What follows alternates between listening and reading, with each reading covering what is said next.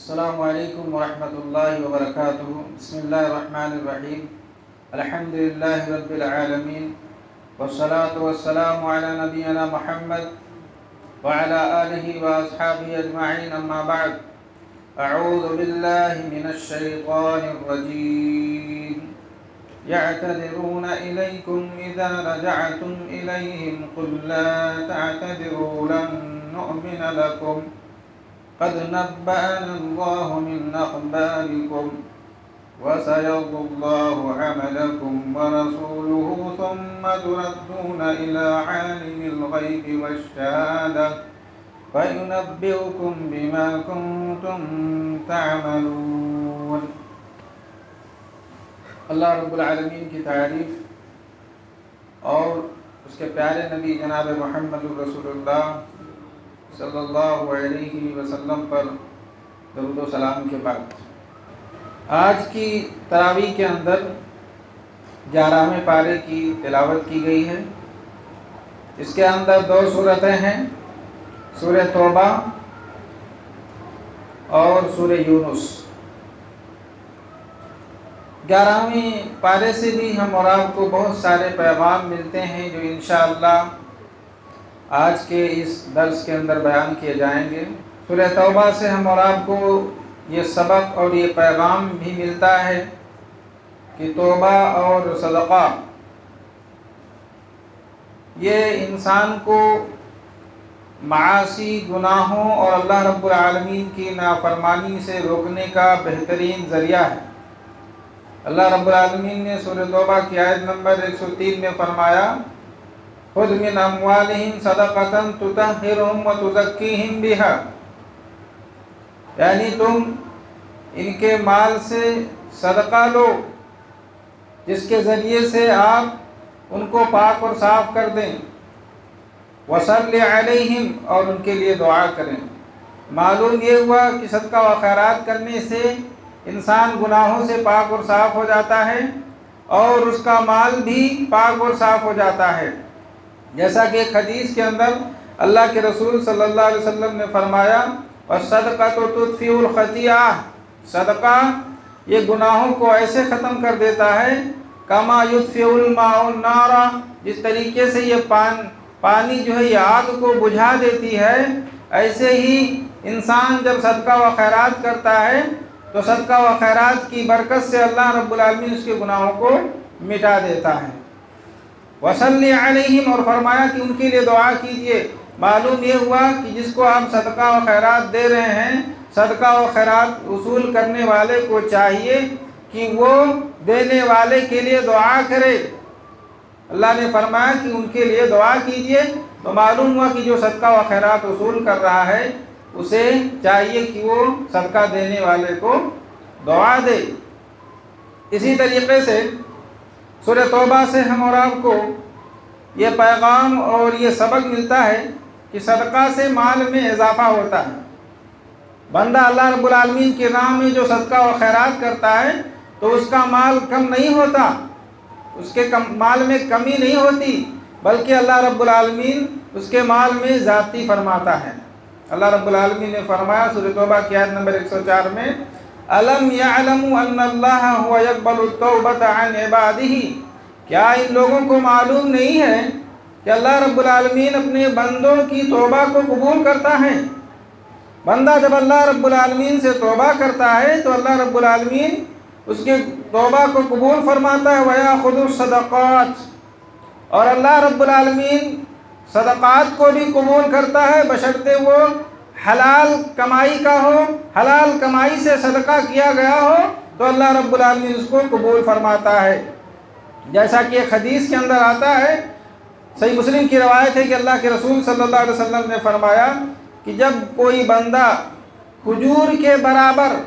حلال کمائی سے اللہ رب العالمین کی راہ میں صدقہ کرتا ہے تو اللہ رب العالمین اس کو اپنے دائیں ہاتھ میں لیتا ہے، پھر اس کے اس صدقے کو بڑھاتا ہے اور پروان چڑھاتا ہے، جس طریقے سے تم میں سے کوئی آدمی اپنے بچھڑے کو بڑھاتا ہے، حتیٰ تکون مثل الجبل، یہاں تک کہ وہ کھجور کے برابر دیا ہوا صدقہ یہ اجر و ثواب کے اعتبار سے بڑھ بڑھ کر ایسے ہو جاتا ہے جیسے پہاڑ کے برابر ہو جاتا ہے۔ تو صدقہ و خیرات کرنے سے مال میں کمی نہیں ہوتی، بلکہ اللہ رب العالمین مال میں اضافہ کرتا ہے۔ ایک جگہ اللہ رب العالمین نے فرمایا سورہ بقرہ کے اندر آیت نمبر 276 میں، یمحق اللہ الربا ویربی الصدقات، اللہ رب العالمین سود کو ختم کرتا ہے، سود کو گھٹاتا ہے۔ سود کے اندر برکت نہیں ہوتی، بظاہر ایسا لگتا ہے کہ یہ سود خور جو ہے یہ مال جمع کر رہا ہے، لیکن اس کے مال میں اللہ رب العالمین بے برکتی نازل کرتا ہے۔ وَيُرْبِي الصَّدَقَاتِ، اور اللہ رب العالمین صدقے کو بڑھاتا ہے، صدقے کو اللہ رب العالمین بڑھاتا ہے، اس میں برکت عطا فرماتا ہے۔ ہمیں ایسا لگتا ہے کہ ہم مال خرچ کر رہے ہیں، ہمارے مال میں کمی واقع ہو رہی ہے، لیکن بظاہر ایسا محسوس ہوتا ہے، لیکن اللہ رب العالمین اس میں برکت نازل فرماتا ہے۔ اسی لیے اللہ کے رسول صلی اللہ علیہ وسلم نے ایک حدیث میں فرمایا، ما نقص صدقۃ من مال، صدقہ و خیرات کرنے سے، اللہ رب العالمین کی راہ میں اپنا مال خرچ کرنے سے یہ مال میں کمی نہیں ہوتی، بلکہ اللہ رب العالمین اس کے اندر زیادتی فرماتا ہے اور اس کے اندر اضافہ فرماتا ہے اور برکت نازل فرماتا ہے۔ اسی طریقے سے سورہ توبہ سے ہم اور آپ کو یہ پیغام ملتا ہے کہ ہمارا ہر عمل اللہ رب العالمین کے سامنے پیش ہونا ہے، اس لیے صرف ہمیں اچھے اعمال ہی بجا لانے چاہیے۔ ہم دنیا میں رہتے ہوئے جو بھی عمل کرتے ہیں، چاہے اچھا ہو یا برا ہو، یہ سب اللہ رب العالمین کی بارگاہ میں پیش ہوگا۔ اس لیے ہمیں چاہیے کہ ہم اپنی کتاب زندگی کے اندر اچھے اعمال درج کریں، اپنے نام اعمال کے اندر اچھے اعمال درج کریں، تاکہ قیامت کے دن جب ہم اپنا نام اعمال دیکھیں تو ہم خوش ہو جائیں۔ اللہ رب العالمین نے فرمایا سورہ توبہ کی آیت نمبر 105 میں، قُلِ اعْمَلُوا، کہہ دو کہ جو چاہو عمل کرو، فَسَيَرَى اللَّهُ عَمَلَكُمْ، تم جو چاہو عمل کرو، جو چاہو عمل کرتے رہو، تمہارے عمل کو اللہ رب العالمین خود دیکھ لے گا، اور خود اللہ رب العالمین تمہارے نام اعمال کو تمہارے سامنے بھی پیش کرے گا اور کہے گا اقرا کتابک، آج تم اپنا نام اعمال، اپنی کتاب زندگی خود پڑھ لو، آج تم اپنا محاسبہ کرنے کے لیے تم خود کافی ہو۔ تم نے دنیا میں جو بھی عمل کیا تھا یہاں پر درج ہے، بندہ اس نام اعمال کو دیکھے گا اور کہے گا ما لہذا الکتاب لا یغادر صغیرۃ ولا کبیرۃ الا احصاها، اس نام اعمال کو کیا ہو گیا ہے کہ نہ تو چھوٹے گناہ چھوڑے، چھوٹے عمل چھوڑے، اور نہ ہی بڑے عمل چھوڑے، سب یہاں پر جو ہے الا احصاها، سب یہاں پر جمع ہے۔ ووجدوا ما عملوا حاضرا، جو کچھ انہوں نے دنیا کے اندر کیا تھا سب وہاں حاضر پائے گا۔ ولا یظلم ربک احدا، اور تمہارا رب کسی کے اوپر ظلم نہیں کرے گا۔ انسان نے جو بھی چھوٹا بڑا گناہ کیا ہوگا، جو بھی چھوٹی بڑی نیکی کی ہوگی، وہاں سب جو ہے اس کے نام اعمال میں درج ہوگا، وہاں دیکھ لے گا۔ اس لیے ہمیں چاہیے کہ زیادہ سے زیادہ ہم نیکیاں کریں اور برائی کے کاموں سے اور بری باتوں سے اپنے آپ کو دور رکھیں۔ اسی طریقے سے سورہ توبہ سے ہم اور آپ کو یہ پیغام اور یہ سبق ملتا ہے کہ مشرکین اور کافروں کے لیے مغفرت کی دعا کرنا یہ اسلام کے اندر جائز نہیں ہے۔ اگر کوئی مشرک ہے یا کافر ہے، وہ مر گیا ہے، تو اس کی جنازے کی نماز پڑھنا یا اس کے لیے دعا کرنا، مغفرت کی دعا کرنا، یہ اسلام کے اندر جائز نہیں ہے، منع ہے۔ یا اسی طریقے سے کوئی غیر مسلم لیڈر ہے یا کوئی بہت بڑا آدمی ہے، اگر مر گیا تو اس کی وفات پر بہت سے مسلمان RIP لکھتے ہیں، یعنی ریسٹ ان پیس، جس کے معنی ہوتے ہیں کہ اللہ ان کی آتما کو شانتی دے۔ تو یہ RIP لکھنا یہ بھی اسلام کے اندر منع ہے۔ جو کافر ہے، جو مشرک ہے، وہ اللہ رب العالمین کا باغی ہے اور وہ اس لائق ہے کہ ہم اس کے ساتھ بے تعلقی برتیں۔ یہ عدم رواداری نہیں ہے، بلکہ یہی عین رواداری ہے۔ آج دیکھیے دنیا کے اندر قانون ہے کہ جو حکومت کا باغی ہوتا ہے وہ اور جو اس باغی کا ساتھ دیتا ہے دونوں مجرم ہوتے ہیں۔ یہ ہر ملک کا ایک قاعدہ ہے کہ جو حکومت کے ساتھ بغاوت کرتا ہے وہ باغی ہوتا ہے اور جو اس کا ساتھ دیتا ہے وہ بھی باغی ہوتا ہے۔ تو جو کافر ہے، جو مشرک ہے، وہ اللہ کا باغی ہے، اور جو اللہ کا باغی ہے وہ اس لائق ہے کہ ہم اس کے ساتھ بے تعلقی برتیں۔ ہاں، انسانی تعلقات کی بنیاد پر ہم ان کے ساتھ ہمدردی کر سکتے ہیں، لیکن شریعت میں جو ہے یہ منع ہے کہ کوئی کافر اور مشرک مر جائے تو ہم اس کے لیے مغفرت کی دعا کریں۔ اس لیے RIP لکھنا یا ان کے لیے مغفرت کی دعا کرنا یا ان کی جنازہ پڑھنا اسلام میں منع ہے، اس سے اجتناب کرنا چاہیے۔ اللہ رب العالمین نے سورہ توبہ آیت نمبر 113 میں فرمایا ما كان للنبي والذين آمنوا أن يستغفروا للمشركين ولو كانوا أولي قربى من بعد ما تبين له أنهم أصحاب الجحيم، یعنی نبی کے لیے اور مومنوں کے لیے یہ جائز نہیں کہ وہ مشرکین کے لیے مغفرت کی دعا کریں اگرچہ وہ ان کے رشتہ دار ہی کیوں نہ ہوں۔ یہ بات واضح ہونے کے بعد کہ یہ لوگ جہنمی ہیں، یہ جہنمی ہیں، یہ بات ظاہر اور واضح ہونے کے بعد مشرکین کے لیے مغفرت کی دعا کرنا یہ جائز نہیں ہے، اس لیے مشرکین کی مغفرت کی دعا نہیں کرنی چاہیے اور نہ ہی ان کے لیے ان کی جنازے کی نماز ہی پڑھنی چاہیے۔ اسی طریقے سے سورہ توبہ سے ہم اور آپ کو یہ پیغام ملتا ہے کہ اچھے اور سچے اور نیک لوگوں کی ہمیں صحبت اختیار کرنی چاہیے اور ان کی دوستی اختیار کرنی چاہیے، اور ایسے ہی لوگوں کو اپنی زندگی کے اندر شامل کریں جو نیک ہوں، سچے ہوں اور نمازی ہوں، دیندار ہوں، متقی اور پرہیزگار ہوں، کیونکہ اچھے لوگوں سے جڑنے سے، اچھے ماحول سے انسان اچھا بنتا ہے، اچھے ماحول سے ماحول اچھا ہوتا ہے۔ برے لوگوں کی صحبت میں جانے سے، برے لوگوں کے سنگت میں رہنے سے آدمی جو ہے برا بن جاتا ہے، گنہگاروں کے ساتھ رہنے سے آدمی گنہگار بن جاتا ہے، شرابی کے ساتھ رہنے سے آدمی شرابی بن جاتا ہے، جواری کے ساتھ رہنے سے آدمی جواری بن جاتا ہے۔ اس لیے کہا جاتا ہے جیسی سنگت ویسی رنگت، آدمی جیسے لوگوں کی صحبت اختیار کرتا ہے اسی کے رنگ میں وہ رنگ جاتا ہے۔ اس لیے علامہ اقبال نے کہا کہ جو بروں کے ساتھ بیٹھے گا برا ہو جائے گا،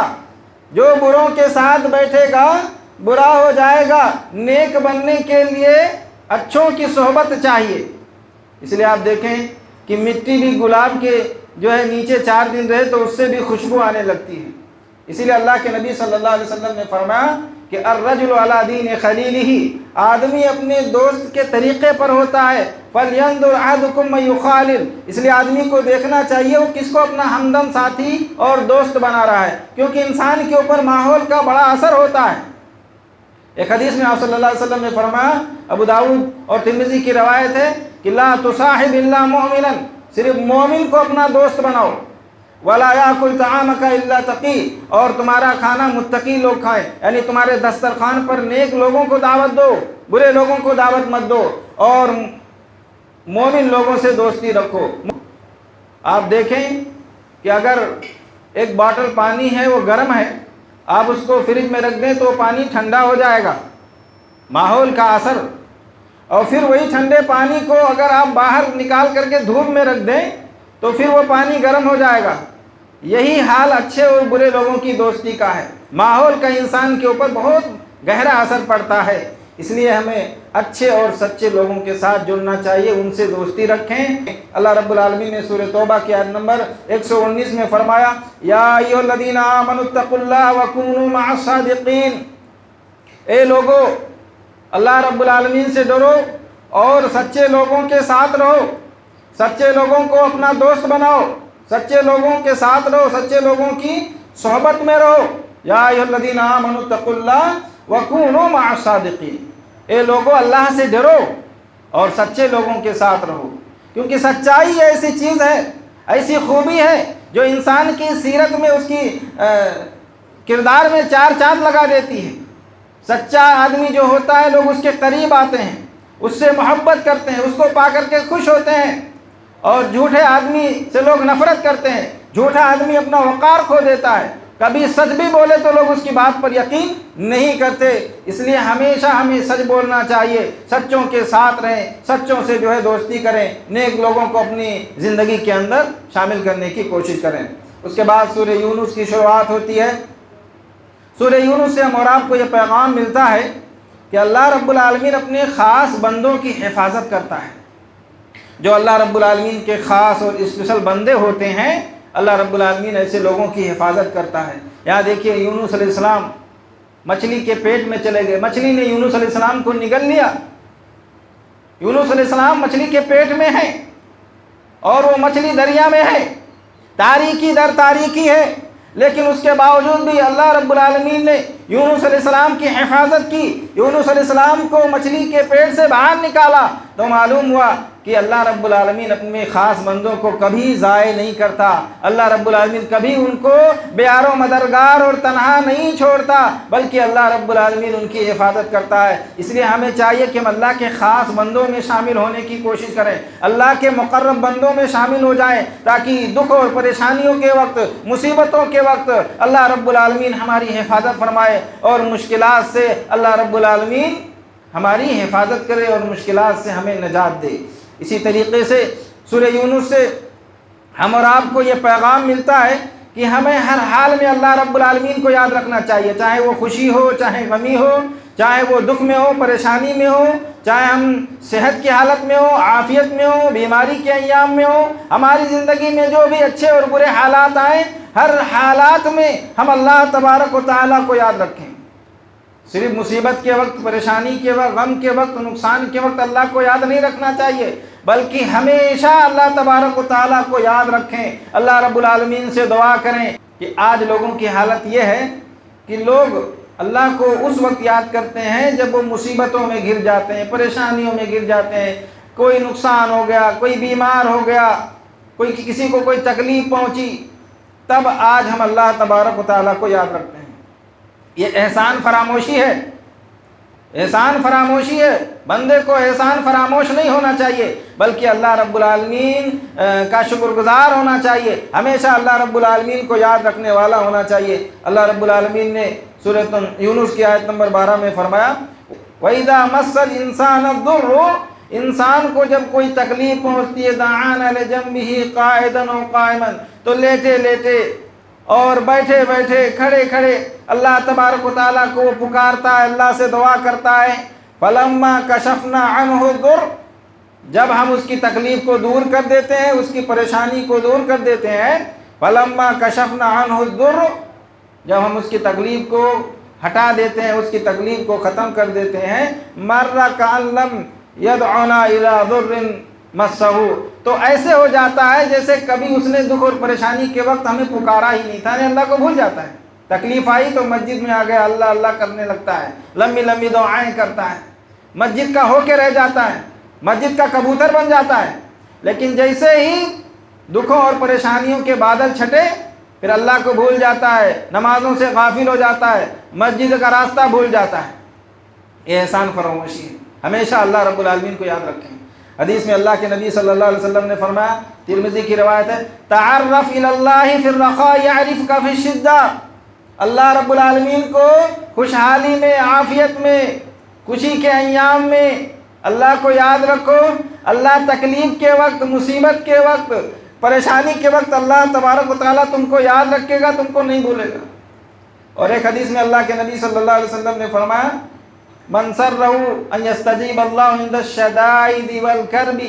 فلیکثر الدعاء فی الرخاء، جو اس بات کو پسند کرتا ہو، جو اس بات سے خوش ہونا چاہتا ہو کہ اللہ تبارک و تعالیٰ اسے تکلیفوں سے، مصیبتوں سے، دکھوں سے، پریشانیوں سے نجات دے دے، تو اسے چاہیے کہ خوشی کے ایام میں، خوشی کے ایام میں وہ زیادہ سے زیادہ اللہ تبارک و تعالیٰ سے دعا کرے، کیونکہ دعا کرنے سے اللہ رب العالمین ہمیں بھلائی عطا کرتا ہے، خیر و بھلائی اللہ رب العالمین ہمیں دیتا ہے۔ کثرت سے اللہ رب العالمین سے ہمیں دعا کرتے رہنا چاہیے اور اللہ رب العالمین کو نہیں بھولنا چاہیے۔ کبیر داس نے کہا تھا کہ دکھ میں سمرن سب کریں، سکھ میں کرے نہ کوئی، دکھ میں سمرن سب کریں، سکھ میں کرے نہ کوئی، سکھ میں سمرن جو کریں تو کاہے کا دکھ ہوئے، یعنی مصیبت میں تو سب اللہ کو یاد کرتے ہیں۔ گھر میں کوئی بیمار ہو گیا تو چٹھی آتی ہے مولوی صاحب کے پاس، مولوی صاحب ذرا جماعت میں دعا کر دیجئے، بھائی بیمار ہے، اماں بابا بیمار ہے، بیوی بیمار ہے، ہاسپٹل میں ہے، ذرا دعا کرنے، ذرا اپیل آتی ہے، درخواست آتے ہیں، چٹھیاں آتی ہیں۔ لیکن کبھی یہ کوئی نہیں کہتا کہ مولانا کل بھائی بہن کی شادی ہے، گھر میں خوشی ہے، ذرا دعا کیجئے کہ یہ شادی آسانی سے ہو جائے یا آسانی سے نپٹ جائے۔ خوشی میں ہم کبھی اللہ کو یاد نہیں رکھتے، تکلیفیں آتی ہیں تب اللہ رب العالمین کو یاد رکھتے ہیں۔ تو وہی کہا کہ دکھ میں سمرن سب کریں، سکھ میں کرے نہ کوئی، اور سکھ میں سمرن جو کریں تو کاہے کا دکھ ہوئے۔ اللہ کو خوشیوں میں یاد رکھو گے تو کبھی دکھ نہیں آئیں گے، کبھی پریشانیاں نہیں آئیں گی۔ سلسلۃ الصحیحہ کی روایت ہے، اللہ کے رسول صلی اللہ علیہ وسلم ایک بار کچھ لوگوں کے پاس سے گزرے، مر بقوم مبتلین، اللہ کے رسول صلی اللہ علیہ وسلم کچھ ایسے لوگوں کے پاس سے گزرے جو آزمائش میں مبتلا تھے، تکلیف میں تھے، بیمار تھے، پریشانیوں میں گرے ہوئے تھے۔ اللہ کے نبی صلی اللہ علیہ وسلم نے ان کو دیکھ کر کے کہا، اما کان ہؤلاء یسألون اللہ العافیہ، کیا یہ لوگ اللہ تبارک و تعالیٰ سے عافیت کا سوال نہیں کرتے تھے؟ ان کی حالت ایسی جو ہو گئی ہے، کیا یہ لوگ اللہ سے عافیت کا سوال نہیں کرتے تھے؟ سلامتی، عافیت کے معنی ہوتے ہیں سلامتی، جانی، مالی، بدنی، ہر طریقے سے اللہ سے سلامتی کی دعا نہیں کرتے تھے کیا یہ لوگ، جو آج ان کی یہ حالت ہو گئی ہے؟ معلوم یہ ہوا کہ جب ہم اللہ رب العالمین کو عافیت میں یاد رکھیں گے، خوشیوں میں یاد رکھیں گے، تو اللہ رب العالمین بھی ہمیں بیماریوں میں اور مصیبت اور پریشانی کے وقت اللہ رب العالمین ہمیں نہیں بھولے گا، اور اللہ رب العالمین ہمیں یاد رکھے گا۔ اسی طریقے سے سورہ یونس سے ہم اور آپ کو یہ پیغام اور یہ سبق ملتا ہے کہ اگر اللہ رب العالمین کسی کو نقصان پہنچانا چاہے، اللہ اگر کسی کو تکلیف پہنچانا چاہے تو کوئی بھی جو ہے اس تکلیف کو روک نہیں سکتا، اور اگر اللہ رب العالمین کسی کو فائدہ پہنچانا چاہے تو کوئی بھی اس فائدے کو روک نہیں سکتا، اس بھلائی کو کوئی آدمی روک نہیں سکتا۔ یہ اللہ جس کے ساتھ بھلائی کرنا چاہے کوئی اس کا برا نہیں کر سکتا، اور جس کے ساتھ اللہ برا کرنا چاہے تو کوئی جو ایسے آدمی کا بھلا نہیں کر سکتا۔ اللہ رب العالمین نے فرمایا سورہ یونس کی آیت نمبر 107 میں، وَإِن يَمْسَسْكَ اللَّهُ بِضُرٍّ فَلَا كَاشِفَ لَهُ إِلَّا هُوَ، یعنی اللہ رب العالمین اگر کسی کو تکلیف پہنچانا چاہے تو اس کے علاوہ کوئی اس کی تکلیف کو دور نہیں کر سکتا، اللہ کے علاوہ کوئی اس کی تکلیف کو دور نہیں کر سکتا۔ وَإِن يُرِدْكَ بِخَيْرٍ فَلَا رَادَّ لِفَضْلِهِ، اور اگر اللہ تمہارے ساتھ بھلائی کا ارادہ کرے، اللہ تمہارے ساتھ بھلا کرنا چاہے، تم کو فائدہ پہنچانا چاہے، تو اس کے فضل کو کوئی روک نہیں سکتا، کوئی بھی اللہ کے فضل کو روک نہیں سکتا۔ یصیب بہ من یشاء، اللہ جسے چاہتا ہے اپنا فضل و کرم دیتا ہے۔ اگر یہ ہمارے اندر پیدا ہو جائے کہ اگر اللہ رب العالمین جس کے ساتھ بھلائی کرنا چاہے تو اس کا کوئی نقصان نہیں کر سکتا، تو یہ حسد، یہ غیبت، یہ چغلی، یہ دوسروں کو نقصان پہنچانا، ایک دوسرے کو تکلیف پہنچانا، ایک دوسرے کے خلاف سازشیں کرنا، ایک دوسرے کے خلاف پلاننگ کرنا، یہ تمام چیزوں کا خاتمہ ہو جائے اگر یہ معلوم ہو جائے کہ اللہ جس کے ساتھ ہے اسے کوئی نقصان نہیں پہنچا سکتا۔ یہ ایمان اور عقیدہ ہمارے اندر ہونا چاہیے۔ اسی لیے اللہ کے نبی صلی اللہ علیہ وسلم نے اپنے چچا جاد بھائی ابن عباس رضی اللہ تعالیٰ عنہ کو نصیحت کرتے ہوئے کہا تھا، وَعَلَمْ، جان لو، ان الامہ، اگر پوری امت لو اجتمعت علی ان ينفعوک لم ينفعوک الا ما قد كتب اللہ لک، اگر پورے دنیا کے لوگ اکٹھا ہو جائیں تم کو فائدہ پہنچانا چاہیں تو اتنا ہی فائدہ پہنچا سکتے ہیں جتنا اللہ رب العالمین نے تمہارے لیے لکھ دیا ہے۔ وَإِن يَجْتَمِعُوا أَلَا يَضُرُّكَ، اگر سارے کے سارے لوگ جمع ہو جائیں، پوری دنیا کے لوگ جمع ہو جائیں اور تم کو نقصان پہنچانا چاہیں، تم کو تکلیف پہنچانا چاہیں، لم يضرك، تو اتنا ہی تکلیف پہنچا سکتے ہیں، الا ما قد كتب اللہ لک، جتنا اللہ رب العالمین نے تمہارے لیے لکھ دیا ہے۔ اللہ رب العالمین نے جتنا تمہارے لیے لکھ دیا ہے اتنا ہی وہ تمہیں تکلیف پہنچا سکتے ہیں۔ یہ ہمارا ایمان اور عقیدہ ہونا چاہیے کہ نفع اور نقصان کا مالک اللہ رب العالمین ہے، اللہ رب العالمین ہی نفع اور نقصان کا مالک ہے۔ اسی طریقے سے سورہ یونس سے ہم اور آپ کو ایک پیغام یہ بھی ملتا ہے کہ نماز کی شریعت کے اندر بہت بڑی اہمیت ہے، اور نماز کسی بھی قیمت پر معاف نہیں ہے، اور اس کا چھوڑنا جو ہے کسی بھی صورت میں جائز نہیں ہے۔ آپ دیکھیں جب فرعون نے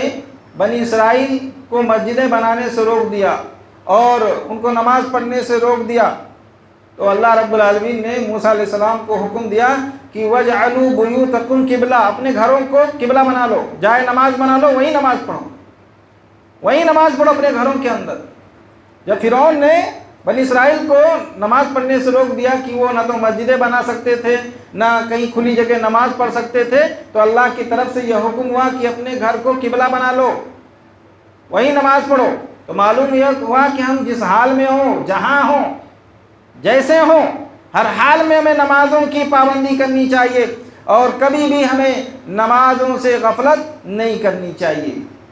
تو یہ 11ویں پارے سے کچھ پیغام ہم اور آپ کو ملے۔ اللہ رب العالمین سے دعا ہے کہ اللہ رب العالمین ہمیں ان باتوں پر عمل پیرا ہونے کی توفیق عطا فرمائے، اور ہمیں قرآن فہمی کی توفیق بخشے۔ آمین وآخر دعوانا الحمد للہ رب العالمین والسلام علیکم ورحمۃ اللہ وبرکاتہ.